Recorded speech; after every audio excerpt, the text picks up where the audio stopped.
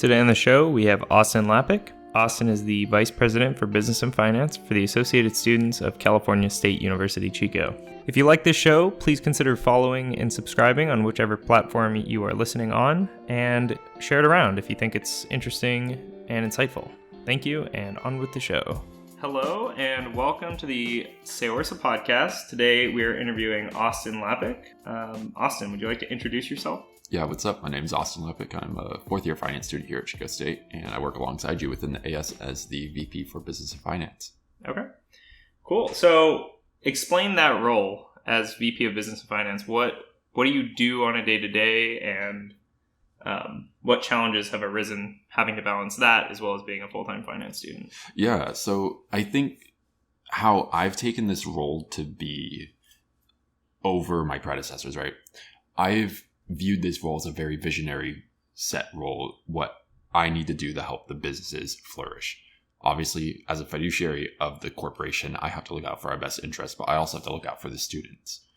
And so understanding what does that look like from our businesses and really dining. Dining is one of the most impactful businesses. And so real quick, what is that portfolio of businesses like? Just a quick overview. So the businesses that I oversee, quote unquote, is our food services and our bookstore. Our bookstore is contracted out to a third party, so it's not direct oversight, but I do receive reports from them and not necessarily set a vision for them, but I could put in my opinion and see what they think and see how we can implement that. At least in the food services, I'm very, very able to set a vision and work with our business director. I don't know what his actual title is anymore because It's changed now, to kind of set my vision and we start moving towards that if it's a good idea. Okay. So you said quote unquote earlier. What do you mean by that? So do you just oversee them? Are you an operator? How would you describe your role? Not an operator. Okay. That's one of the key distinctions that is made very clear is as the student elected representatives, and despite us being C-suite, we are not operators in the traditional sense. And that's why I say I'm more of a vision maker, a vision setter within my role. My predecessors in the past, I don't know necessarily what they did. I have probably been the most active VPBF within this role, just because I want to see change. I want to implement change, and having it be my second year, I'm able to really see the change that I'm trying to input. Yeah.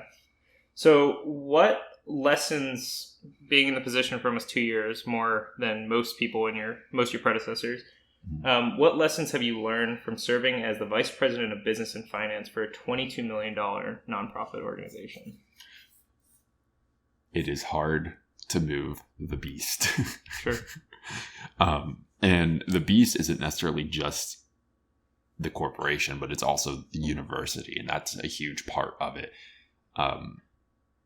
Kind of trying to get them to see my vision, understand it, and what is it that I want to do, and how is it feasible?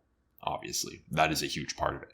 I think coming from my background as a finance student, right, I do get a little bit better insight to understanding how is a business really feasible, and is this fiscally responsible for our business, but also for the idea. Is it fiscally responsible? Are we going to really make money? Are we going to lose less money than we are losing already? Or are we going to lose even more money than we are? Right. Looking at it from those lenses really helps me understand what is it that I like to do? What is it that I want to see the business do? So kind of the lessons I've really learned is just patience is the most key thing to have. And it's hard. When I get excited, I want to move fast. Yeah. And you can't. And that's very hard. Okay. So you're sort of at an interesting crossroads where you're working as within the business section of the Associated Students, but the Associated Students is a nonprofit auxiliary. Mm-hmm. So it's somewhat government serving, and it works with the university, which is government. So what does that crossroads look like, especially having to work in a nonprofit business? I guess I don't really see it too much as a crossroads. Sure. I see it as we're two roads that are just paralleling each other at all times. Right. And especially when we have to look at it from the nonprofit perspective, that isn't much of an impact for me in my side, because my side of the AS does not take in student dollars. While yes, we are a nonprofit organization, I don't receive student dollars, so I'm not as handcuffed as, say, the facilities, as almost all of our programs actually. So I can work towards our businesses being profitable, but then taking those monies they're just put back into the business. Sure. We're not necessarily pocketing that as actual profit. It's just reinvestment at the end of the day, if there is money to be made. Sure. Okay. Yeah. So I know one of the things we've talked about is in your free time, you help run an esports organization. What is your role in that organization, and how did you find yourself in that position? Yeah, so currently, assuming nothing changes, Sure. Within the realm of esports, though, everything changes very rapidly at times. I am a team manager for a contenders level Overwatch team known as Wisp.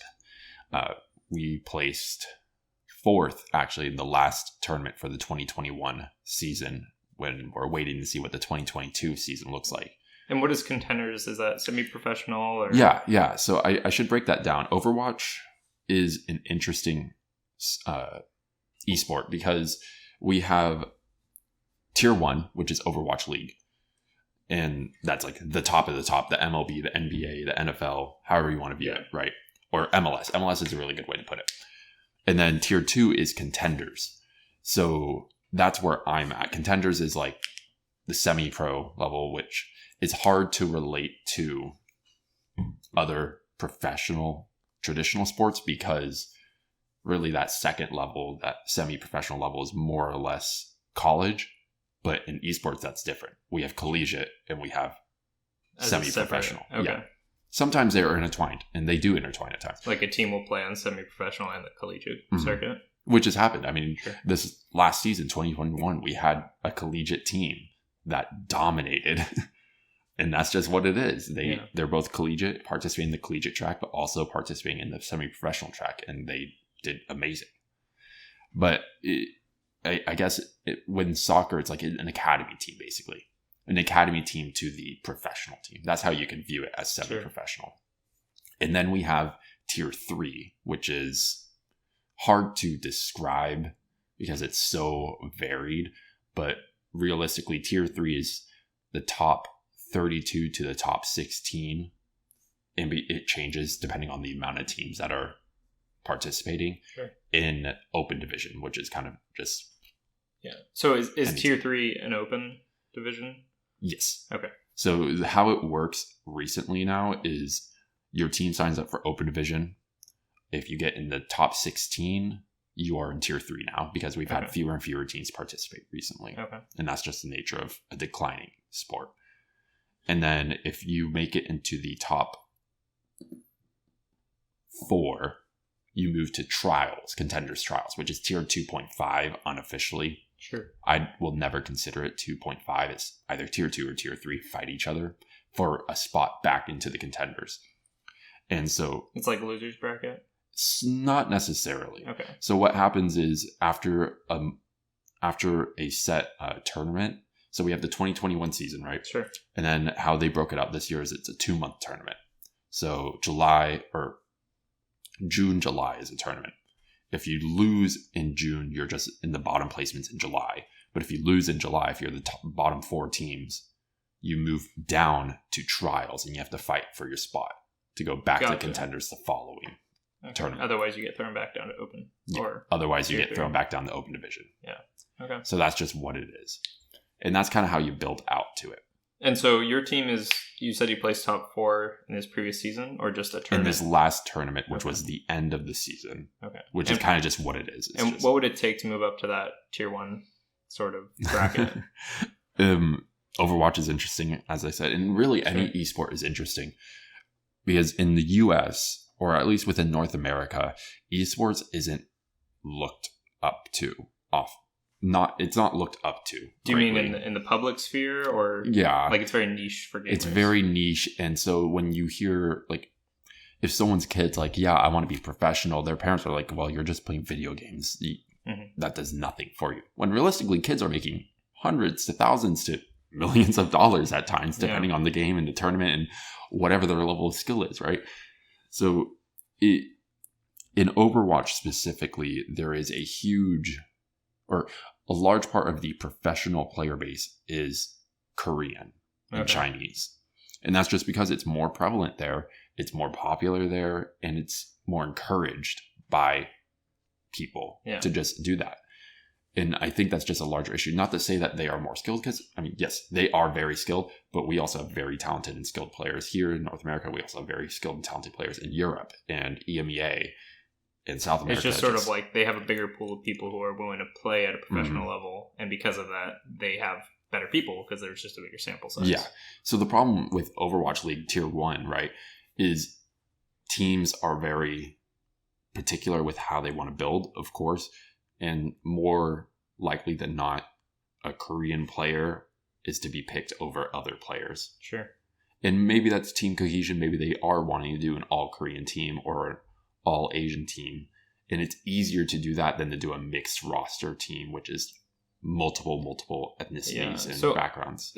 That's an interesting point. I know FaZe Clan and Counter-Strike put together a multinational team and of some of the world's best Counter-Strike players, and they did very well, but I sort of stopped following the esport at that time, but I would imagine communication would be very difficult. Huge barrier. So is that something that there's any teams in Overwatch that you know are trying to overcome, or is it still just very consolidated? It is always an issue, no matter any esport that is multinational, or any team in esports that is multinational, and really even in traditional sports. In baseball, you see it. In soccer, you see it, right? If they are a multinational team, there's language barriers, there's culture barriers, right? So, I can only speak from my perspective in Overwatch and what I understand. Some teams hire translators, and they use the translators to help teach their players the different languages to help them kind of build that cohesion, build that basic level of communication necessary for them. Sometimes it works, sometimes it doesn't. One of the big issues is for players, it's easier to move upward. For staff, it isn't. And what do you mean by that?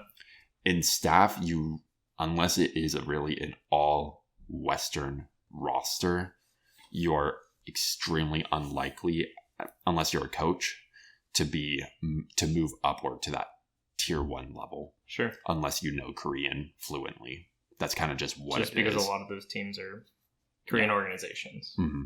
Or you're just working with people from Korea. Yeah. Whether it is your team or a different team. And that's just an issue that I understand why, but for someone like me that's like, I love esports and I would love to go into a professional career in it, at least in Overwatch, I can't.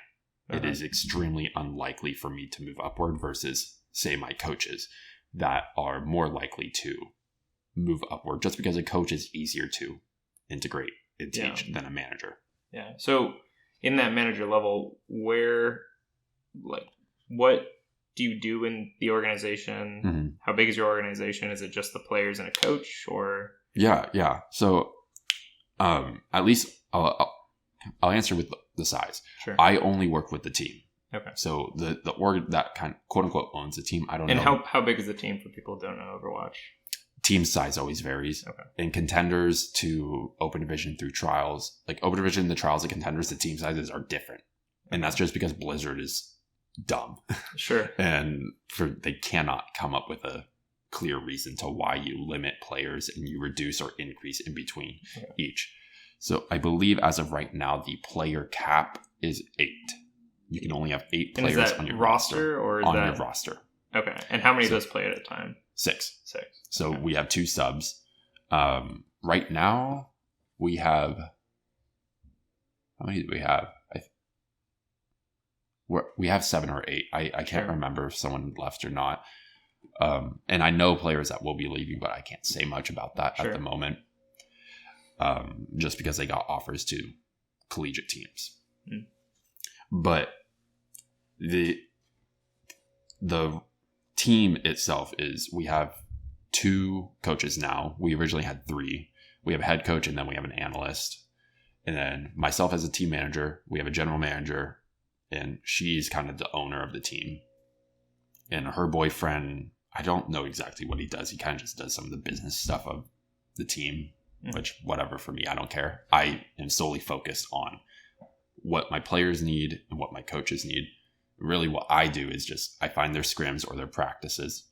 And then if they need a ringer, if we need someone to fill in, I go search for one. A ringer is just somebody to play a match. Not in a match. Oh, okay. In practices. Okay. Unless like a practice match. Unless the match. Yeah, a practice match. Yeah. Unless it's like a tournament or a match says that you can have a ringer, it's your whole roster that you submit, so including your subs, and you got to make sure they're available, right? Mm-hmm. But sometimes it happens where you just need a ringer for your practice. So you go and find one. Maybe their internet isn't doing too well today, or their PC keeps crashing for some reason, whatever the case is. I do that. I deal with player relations at times if I have to go start recruiting for someone. If I have to go look for a new main support, I go and I talk to the coaches. I talk to the players. I'm like, hey, who do you want? And I'll go ask them. And then I'll also go off of a list of people that I know, and I'll start seeing if they're available, if they want to, if they're interested, whatever the case is. Mm-hmm. Yeah. Okay. So you mentioned there's sort of like a multinational sort of relationship between teams. Mm-hmm. And within North America, is your team considered pretty good? Are you average, middle of the road? Are there high tier North American teams, or is all of that really over? It depends on the sense that you refer to, right? Sure. So within my tier, right, I would say we are on the higher end of North American teams within our tier. When you look at the North American teams, including tier 1, I'd say we are probably average. Mm-hmm. Whether or not they're multinational just depends on the team. At one point, we were multinational. We had, I think, 2 players that were not in the U.S. or Canada. But that was in past. Now I believe we're fully U.S. based. But they're across the whole U.S. I think we have a player somewhere in California. Most of them are East Coast, which is actually one of the interesting things about Overwatch Esports. And I don't know how well it's translated across other esports. Is just the consistent use of East Coast base time. Okay. So I've always had to think in my head, what time is it in the East Coast? Plus 3 hours. Yeah. Always just plus 3 hours. And that's what I'm always thinking about when it's actively during the season. So I'm like, oh, it's 5 p.m. Shit. It's 8. Yeah. So sometimes I mess up because I'm just not thinking. Yeah. And it's hard to what you see I'm on still the used. clock. Yeah. Well, even on my watch, I have it set up on my watch face to show normal, like our time, but then also what is in the East Coast. You can't really see it down there, but the little 6, it's almost 6:30 p.m. New York. So I'm always thinking in my head, what is it East? What is it Central? What is it Mountain? Yeah. Don't really think about Hawaii because I don't have to. It's just -3. Away. Yeah. And then what is it in GMT? Mm-hmm. So I have to think +8 as well. Just because that's just it's a globalized esport. Yeah. That's just the nature of it. Sure. So how did you find yourself coming into a manager role? Were you picked up? Did you just help create the team? Yeah, this is actually an interesting story that not a lot of people know within my esports career. Is I originally started with a mock league, and so I was on a gold to plat level team, and I was just a player. Sure. And gold to plat that's just the skill rating. Middle ground, high level, average. Okay. The average player base is average decent player. No, just average player base. Okay. Like overall, sure. Was gold to plat. So I was on there as a player, and then I got moved to sub, and then our manager left. So our head coach took up manager role. Okay. And then I kind of just got shafted over to full staff. Okay. So that's when I kind of started learning to do more staff stuff. I started kind of coaching, but I was really bad at it. Sure. I won't lie, I'm not a coach. Yeah. Unlike other managers in more traditional sports, they might be the coach. They can serve kind of all capacities. Yeah. Like the coach can serve as both, but a manager has to be a coach in order to serve both type of deal. Yeah. So then our coach turned manager also left, so I had to just deal with it. Okay. I turned it into my own organization, brought on people, tried to build it up, and then I got picked up by one of my coaches to a team that they were coaching. This was one of the ones you worked with before they left? What do you mean? Like the coach that picked you up was one that you worked with previously? Yes. Okay. He got brought on by someone that knew him, and then he's like, hey, my organization, like his other organization, their academy team needs a new manager. Would you be interested? Yeah. It's higher tier than, like a higher level than what my team is. Yeah, I want to see it. I want to do it. So I got moved there, and I worked with them I was with them for probably a year. Okay. Total. And the non-academy team, the home team, I guess a good way to put it, they disbanded. So our academy team got turned into the whole org. We rebranded, went through all that. And I just was working with them. We kept building up the skill level. We kept moving and bringing in better players. Yeah, bringing in better players, moving things around, trying to keep some of the core, because we really liked some of the players. I truly did. And they were amazing people. I'm not in contact with them anymore, really, but that's just the nature of things. You move on. They were great. And then I got an offer to move to another team as an assistant manager. So I started working with this team. Is this a higher tier team? They were higher tier, yeah. Okay. And it was kind of someone I met through managing that they're now a friend. And he kind of just disappeared. He does this every now and then where he's just done with managing. Yeah. And I don't blame him because it's annoying at times. Players have egos, staff have egos, and it just gets so stressful and toxic. Yeah. Right. So I kind of just became manager of this team. Didn't know. And so I worked with them for 6 to 8 months, I think, dedicated until this June, where I got my offer to move to my current team, which is tier 2 now, or has been tier 2, I should say. So that's kind of how I've just moved up. So it's been a lot of what skills of yours do you think have helped you most move up like that? Is that pretty normal for somebody working in esports, or? I couldn't even tell you. Sure. That's the thing, because esports I think is so fluid. There is no set path that you can follow. Well, so what are some of your personal traits that you think have helped benefit you? Honestly, I think just my willingness to kind of make things work. Sure. I try to be very open in my communication to my players about something that comes up. So it's like, say we have a booked practice with someone of similar level with us, right? But an Overwatch League team, a tier 1 team, is like, hey, we really need a block. Are you able to do it? Like, okay, well, let me check. And a block is? Like a practice block. Oh, sure. Yeah. Hard to break those terms up. Yeah. So it just means basically we need somebody to play against for practice. Yeah. Okay. Yeah. We need practice. Yeah. Are you able to do it for these 2 hours? Yeah. Let me ask the team. And sometimes it's no, because sometimes that team is actually worse than the team we're practicing. Even though they're tier 1. Yeah, even though they're tier 1. It's just what it is. And so your goal, I guess with that, I mean, I would imagine, like, it's always good to play against someone better than you because you have more to learn. Yes. But there is obviously some point where somebody is so much better than you that there's nothing for you to gain because you're just going to get. Yeah. You're asking. They're definitely how do you manage that?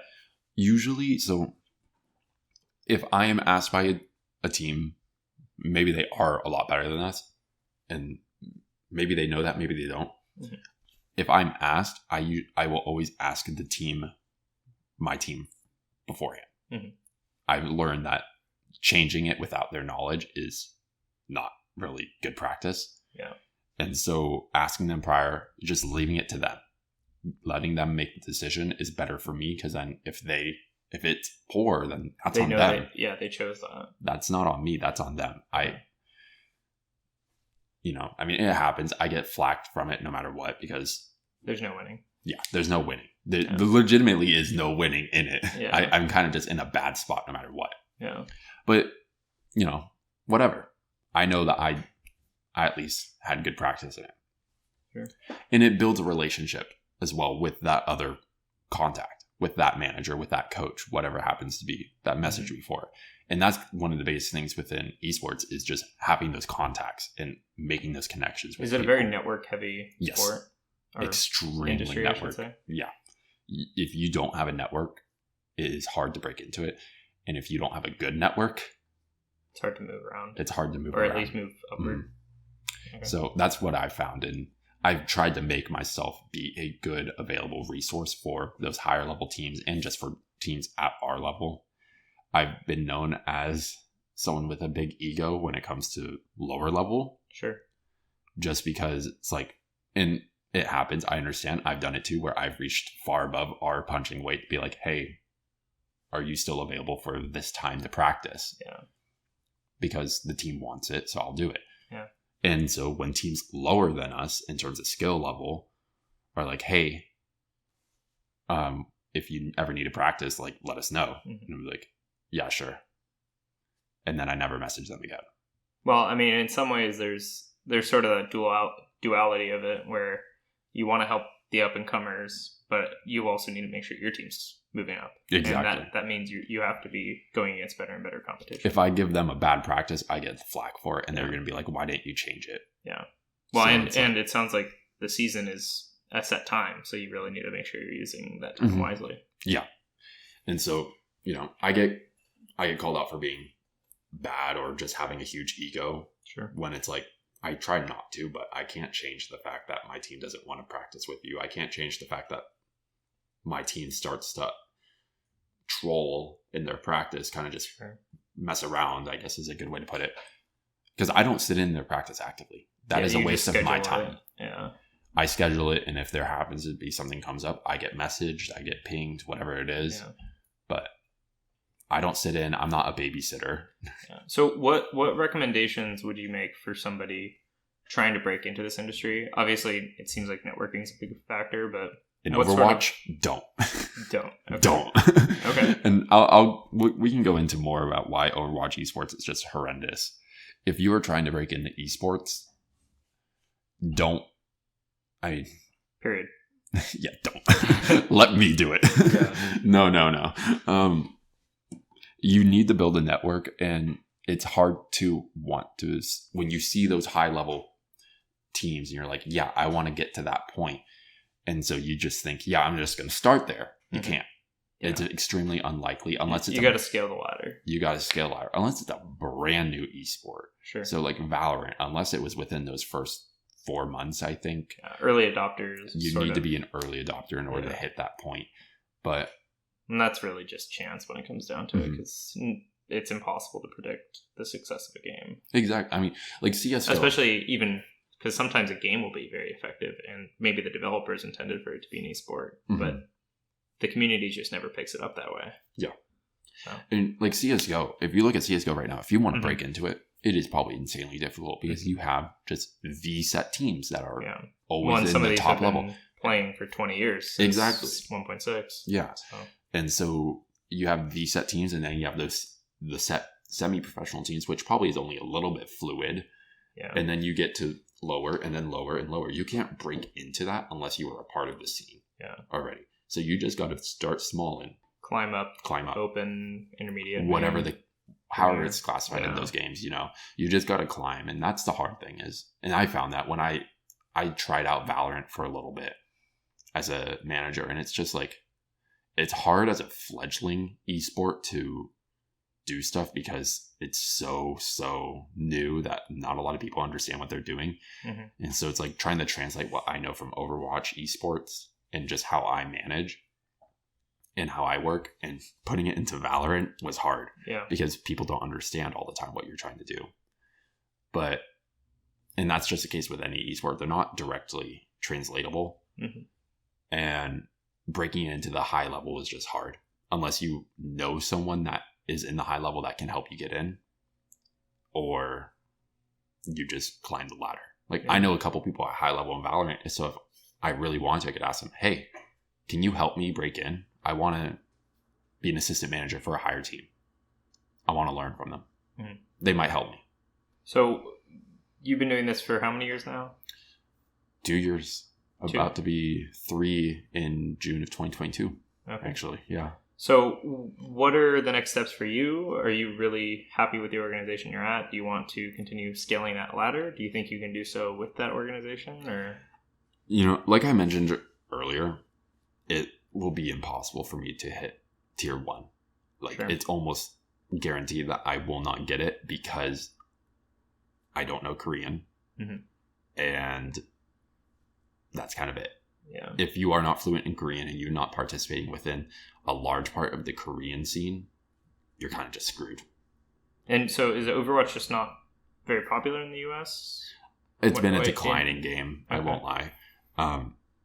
In terms of projection, what I want to do, I should go back to that. Sure. I've debated back and forth. Do I want to just stop doing it? Because at times it's stressful and I'm like, why am I doing this? I don't like dealing with these toxic players at times because players are toxic, clashing personalities, toxicity, egos. It's just everywhere. Yeah. And so sometimes it gets hard. It's like, why do I really want to do it? But I kind of enjoy being busy. I need to be busy. Sure.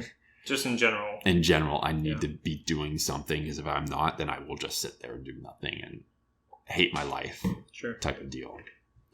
So that's why I still do it. I'm considering other esports. I actively do look at esports careers that are out there and available, but sometimes they're okay and sometimes they're like, nah, not worth it. Yeah. I think I saw a position open at a university in maybe Iowa or Ohio. It was Ohio. They're looking for a new coach, but this is kind of a failure with, I think, the North American scene. Is they're looking for a coach for esports, but they have to coach 5 different sports. And that's just not... That's not possible. Yeah, because, I mean, it's like having a football coach do baseball. Mm-hmm. It's possible. I mean, Ted Lasso, right? But it's not, it's not specialization. Yeah, you need specialization. So it's just like if you have a football coach teaching basketball or coaching basketball, coaching soccer, coaching baseball, coaching volleyball, whatever, I guess there's some translatability in terms of being a teacher, physical training. Yeah. But the nuances of the game are so different. Yeah. And it's the same thing in esports. If you are a coach for League of Legends, that is the most directly translatable game is Dota 2. Sure. That's it. Because they are similar. They are very similar. But there are different nuances. So you have to certain characters do different things. Mm-hmm. Yeah. And just in general, the game, there's a little bit of a different feel. Yeah.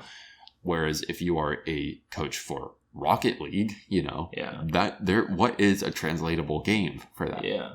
If you're a coach for Rainbow Six Siege, if you're a coach for Call of Duty, a coach for Valorant, a coach for Overwatch, CSGO, there's some translatability between them because they're all FPSs, so slightly you can do some slightly. I know Valorant and CSGO have had a lot of crossover in players and management and stuff like that. And so it's just like players have an easier time translating. It's coaches that are harder. Sure.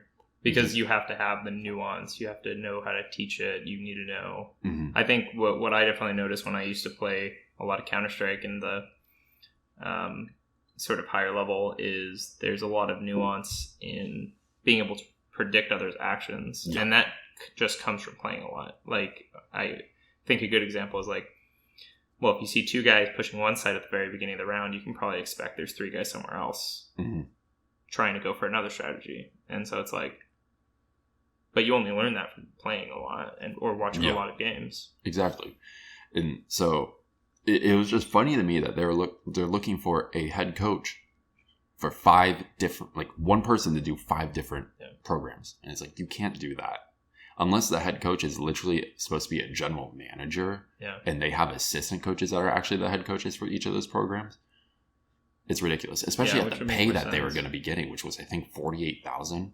Sure. I mean, maybe for Ohio, that's okay. Well, and also, I think a lot of people would be happy to take that because they'd be able to sort of pursue their passion in that manner. Yeah, I just think the amount of sports that you'd have to be overseeing at that pay, it's not even worth your time. Yeah. So being in esports for now almost 3 years, and sort of having some of your other roles, and hopefully graduating at the end of the year, how has your esports, or even before that, just gaming experience, helped to develop skills that are now serving you in your more professional roles? Yeah. So it's really interesting, your online persona versus your real life persona. That's kind of how I break it up in my head. My online persona is slightly different than my real life persona because it just has to be by nature. When you deal with a lot of teenagers or just younger kids than me. And that's just because of esports in general? Yeah, esports, there has to be. It's hard to word. More than likely the minimum age is 13. Sure. 12 or 13 is the minimum age that you see a kid playing. But the upward age is so... it just varies wildly. Sure. You could have a person on your team that's 26 and you could have a person on your team that's 13. And it's like, well, clearly there's going to be differences. Sometimes you have to mitigate that. Yeah. And that's hard. But when I translate that to real life, I think one of the biggest skills that I've been able to take from that and develop is just really my people management, but also my own personal management. And because sometimes if players keep giving you flack, if they keep flaming you or whatever the case is, it's like you do take a insult to that. Yeah. Eventually, because they are in a sense insulting you, and yeah. I mean, you can brush it off for so long, but eventually it hits you. Yeah, like anytime you're dealing with people, enough shit will make you snap. Yeah. And so I found myself there. I was very easily snappable. Sure. Because, yeah, I can put it with my friends giving me shit because we do it in jest most of the time. Yeah. But people that I don't know personally that well, if they keep giving me shit, I snap very easily. And when you say people, you mean like your players? Yeah, players or staff, whatever the case is, I've found myself having to develop a cooler head, and it's hard. I still struggle with it. And I struggle with just stress, and that's a part of esports. For some reason, I am just easily stressed in esports. Sure. When I shouldn't be. But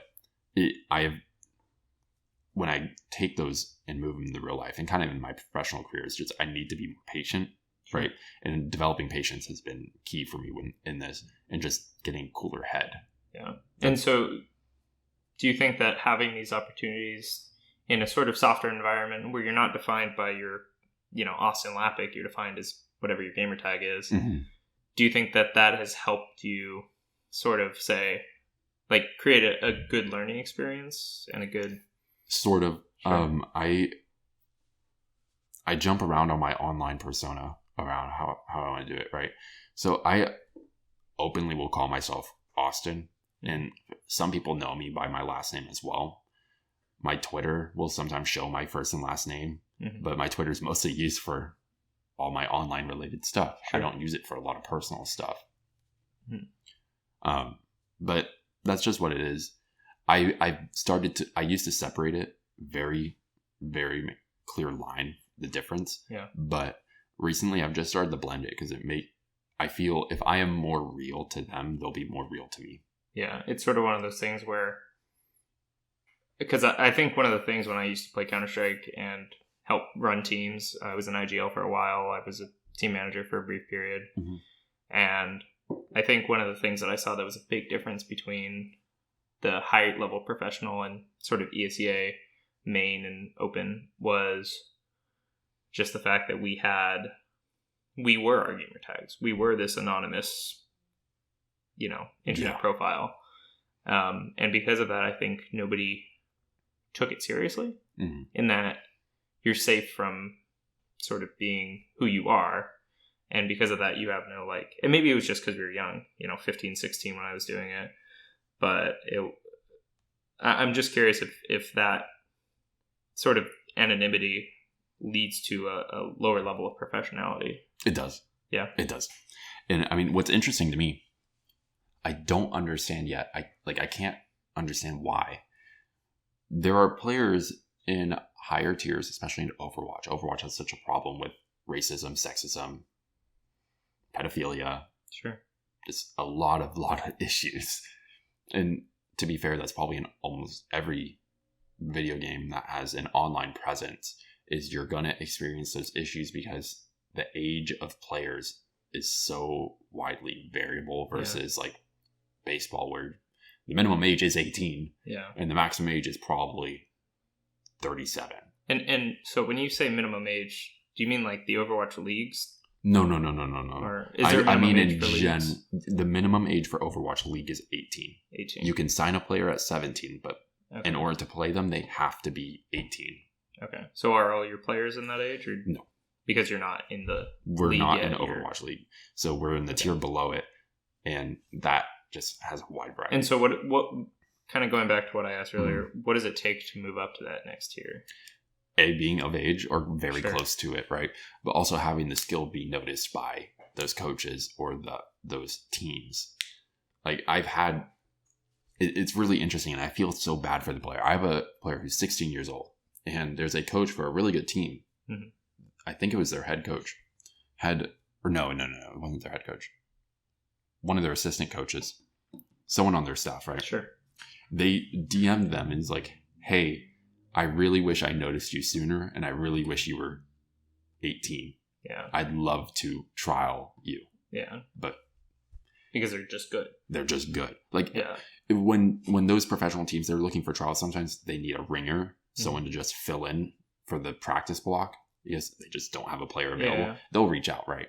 Mm-hmm. But they can't do any serious trials for that person because they're just not of age or close enough to the age to do anything. And that's what sucks, is when you see one of your players is like so close and then they can't because of their age. Out of their control, But there's legal reasons to it. Oh, absolutely. So I mean, like you said, with the issues in the esport, I mean, I would imagine some of those are caused by also just U.S. law. Yeah. That U.S. law is just even older than that. I think all professional sports have to be 18. Yeah. Or a legal consenting adult. That's really what the definition is. But in tier 2, tier 2 and below, it's interesting when you see these players and some of them have anonymity, especially in tier 3, they have anonymity. They don't have their first and last name displayed. Yeah. But in tier 2, they do.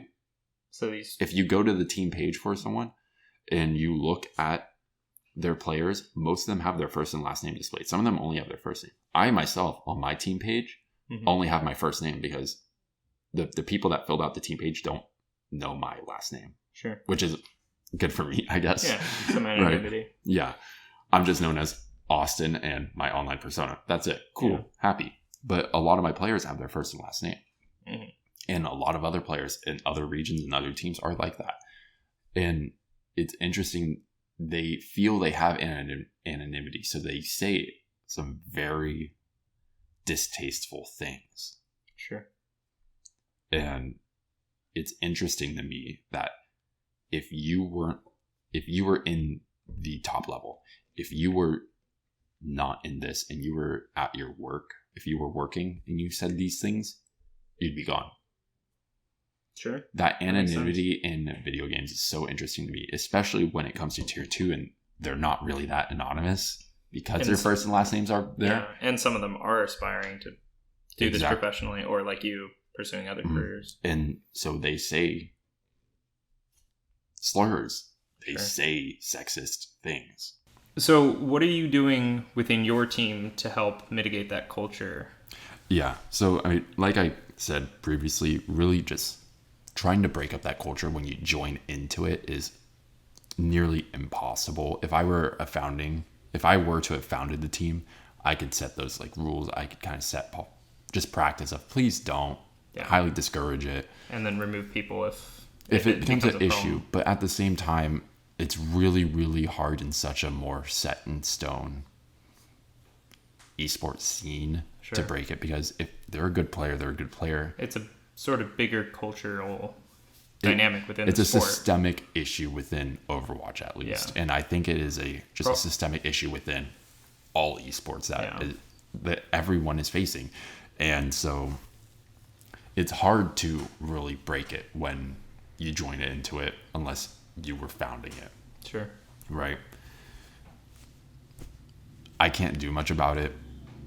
It's not really my place. If anything, I'd be the one that'd be kicked out if I were trying to do something to change that, because that's just how kind of the toxic cabal of it. I don't support it. I very vehemently hate when I see them start using slurs or start disparaging a person because of just something. Being toxic. Yeah, just being toxic. I hate it. But it's not your organization. And it's the game not my is org. Messed up. Yeah, it's just a systemic issue that they've grown up in, and I hate when I see younger players doing it, because I'm like, they're learning bad habits. They're learning horrible bad habits. Yeah. But it's hard. It's hard. So you mentioned it's nearly impossible, at least within Overwatch, for you to shift into a full-time career in this sort of industry. What is your plan? I mean, like we were talking about sort of at the top. Yeah. You're helping to, set the vision for a multi-million-dollar organization. Where do you want to go when you graduate in, less than 6 months now? Well, where I want to go is have a full-time job. As any graduate does want, really, is a full-time job at some point.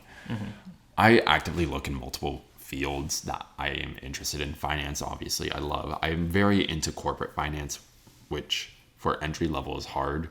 A lot of the entry level positions that I'm either reached out about or that I see are super sales oriented, and I just have a disdain for sales. Sure. Not your thing. I can't do it. Yeah. But I just love actually being behind the data and just working with it. I think that is one of the most enjoyable things to do for me within finance. And so when you say behind the data, is this creating financial models, doing just financial analytics, really, sure. Just that type of world. Or, I mean, in a perfect world, I'd be a financial planner, sure. And I'd already have my list of clients that I don't have to be reaching out to and whatever. Yeah. But because I love that, I love the people aspect of it, and I just love kind of building out those futures for people. But it's so hard to do it unless you're sales oriented. Yeah. So that's where I care more about the financial analytics side, the data analytics, just because I find it interesting. But I still love people. So I look into HR stuff. I slightly wish I picked up an HR minor, because I really do love HR. And I actively apply to HR jobs, and I just put, instead of business administration finance, or instead of finance, I just put business admin as my degree. Yeah, that's what it is. Yeah. It's just slightly changing the name of it. Yeah, you have a specialization in finance. So. But I still know HR on a very basic level. So who's to say I can't learn it through an entry-level HR job, right? And that's what a college degree really does prove, is you're capable of learning and you have some basic skills in business. Yeah. And so I actively apply to HR jobs. And because of my passion in esports, I do actively look at esports jobs, whether it's within, say, Riot. I look at what are they offering directly through Riot. And that's more of a company to team level, or company. I don't know how to describe it. It's very non-team oriented. So that's where I kind of am slightly more interested to see what is it like to run the esport on in-house, if that makes sense. Like actually helping to manage the organization. Well, helping manage just the scene. Yeah. Valorant, for example. Yeah. I ideally would like to go work for Riot in their Valorant esports scene, kind of just actually directing the scene, kind of overseeing it overall. Establishing more of a systemic position. Yeah. That's what I want now. Because obviously there's a relationship between the developer and the esports scene, and sometimes it's decentralized. In the case of, I think a great example is CSGO and ESL. Yeah. ESL runs not all of it, but a very large portion of the CSGO. Even though CSGO is developed by Valve, Even though it's developed by Valve. But I think even just in-house, Dota is very, same company, but they manage both the game, the development of the game, but also, of course, the actual competitions with like the international, which is a $13 million Oh God, event. it's ridiculous. $25 million a few years I thought ago? it was closer to 40. I haven't seen it in a couple years. Whenever I hear this new esports prize pool, world breaking, whatever it is, and I just see it, I'm like, wow. Yeah. Imagine Imagine. Yeah. No, and props to them for keeping the esports scene alive, because that's hard. Yeah. At times, is keeping a game alive for so long. And I think they've done a very good job pulling the microtransactions into funding the events. Yeah. That is the smart way to do it. Yeah, because then people, they're invested. Yeah, I mean, they were literally investing in the game. Mm-hmm. People don't necessarily see it that way, but I mean, it's sort of what's the term in gambling? Like they put money into the game, so they feel like they have to keep playing now. Yeah, because they have all these goodies and in-game items. So definitely, I think it's very smart of them. That's kind of where I'm at, though. Yeah. I'm just like, I'm looking in finance, I'm looking in HR, I'm looking in esports. Sure. Just what I care about. So, in your current role, kind of going back to one of the questions earlier, you have to really understand sort of more public-oriented finances. Yes. How does it differ from what you learn in your finance business classes? Honestly, not that different. Really? I and people might disagree with me on it. Is I think public and private finance, the only differences you see is when it goes to the accounting part of it. Sure. Right. And by then it's just public finance has to be more strictly audited, more strictly looked at versus private. Mm-hmm. There's a little more movability in there. But at the end of the day, the basics are the basics, and you can't deny that. At the end of the day, it's pretty You're managing similar. Money, assets, revenues, expenses. It's just different buckets. Sure. Different colored buckets, different size of buckets, different places that you put those buckets. However you want to see it. Yeah. Finance is finance. Yeah. If I see a business is failing, well, if it's a public or a private business, they're both failing. Let's see what we can do. Yeah. That it's the same thing. It's just how you wish to look at it and really what tools you have to bring then. So, okay. Yeah. Coming from a background where neither of your parents finished college, how has college served you, and how has it been? What are the biggest challenges you've encountered as a first generation student? Yeah, I mean, one of the things my parents, especially when I got closer to my junior and senior year of high school, that was kind of just hammered into me is apply.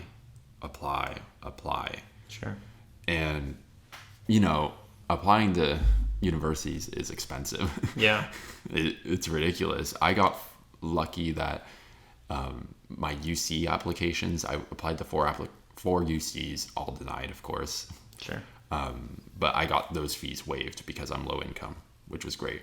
I think my CSU ones, I got all but 2 waived. So that was cool. And I applied to many different universities, and I got accepted to a few out of state. University of Colorado at Boulder, I got accepted to, but it was going to cost like 60 to 80 grand in loans. So for the 4 years, or for 1 year. Oh wow! For 1 year, yeah, ridiculous. Which didn't include the WUI, the Western Undergraduate Exchange. Oh sure. And that's if they participated in it. I got accepted to the University of Oregon, but they were a similar thing as UC Boulder, out of state, 60 grand in loans. Got accepted to Montana State, but I could not see myself living in Montana, of course. Sure. Really, just what my parents tried to hammer home for me is just apply and go somewhere that you like, but reasonable. Yeah. And that's really what I did. When I looked at the 2 CSUs that accepted me, Sonoma State or Chico State, well, I used to live close enough to Sonoma State that I don't like the city it's in. I don't like the campus. I think it's ugly, truly. And I'm not afraid to say it to people that go there at all. It is an ugly campus, an ugly city that it's in. Sure. And so really it was just, okay, Chico or cry in debt for your 4 years. Yeah. And so I went with Chico. I knew a few people that went here already. The campus is beautiful. There's literally no denying we have probably the most beautiful campus in the CSU system. A lot of trees. Yeah. And it's far enough away from home that I can be my own individual. Yeah, independent. Independent. But it's not too far that if I want to go home for the weekend, I can do it. It's a 2-hour drive. It's not that big of an issue. Yeah. It's just driving on the 5 and hating every single person that drives on the 5. Yeah. You know, that's just kind of what they hammered, is just go to school because you need it to get a job. Yeah. And that's what I am doing. Hopefully finding a job. Yeah. So the CSU system is one of the biggest education systems in the world. Almost 500,000 students are currently within the CSU system. What do you think? Do you worry at all about this new agreement at the state level where you can go straight from a community college, which are basically free now, or extremely, extremely cheap, to a UC?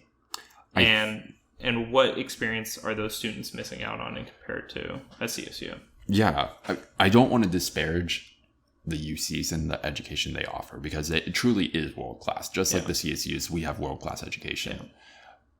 I think it's really on what the student wants, and I think that kind of agreement to disenfranchise the CSUs is very disrespectful. Sure. It really does kind of undersell what the CSUs offer. And when they say when the state says they want to support higher education, but then is just undercutting the largest public institution system in the US, the biggest public institution system in the US, is ridiculous. For maybe you don't. I would say the most accessible as well. Yeah, I mean, it really is. Kind of going on a tangent, but it will relate. Maybe the UCs for the longest time had a stranglehold on terminal degrees, PhDs, any doctorate really, within the California public institution system. Yeah. They blocked CSUs from being able to offer doctoral degrees. Yeah. Because that's their market. Yeah, that's their market. Finally, as of recently, I don't know how long it's been now, we are able to offer some doctoral degrees in the CSUs. I don't know which ones it is. I don't know which ones they offer and where they offer them. But I think kind of just this agreement between community colleges to UCs isn't necessarily the most fair one, because a student going to a UC is most likely going there because they want to do research. Sure. And that's truly what it is. And I don't know. Which is why they have these master's and doctoral programs. Yeah. Yeah. And one of my friends who goes to UC Davis, he's been doing research at his time there. Yeah. And that's great for him. Here, I'm not doing research. Yeah. I mean, I could be, but I think it's really the focus of what the student wants and what the focus of the faculty is. And in the CSU system, I think you have more face-to-face interaction with your faculty member and more time to build those connections that are valuable than you do in a UC. In a UC, you're more than likely working with a student assistant or a teaching assistant that's a master's student who does not care about you and cares just about getting their degree. Yeah. That's what it is, in my opinion. Thank you very much, Austin, for coming on the Saorsa Podcast. I really enjoyed having you. And Austin, do you have any final comments? Thank you for having me. It was a blast. You and I have great conversations, so I'm happy we were able to get one recorded, and hopefully people enjoy it. If you like this show, please consider following and subscribing on whichever platform you are listening on, and share it around if you think it's interesting and insightful.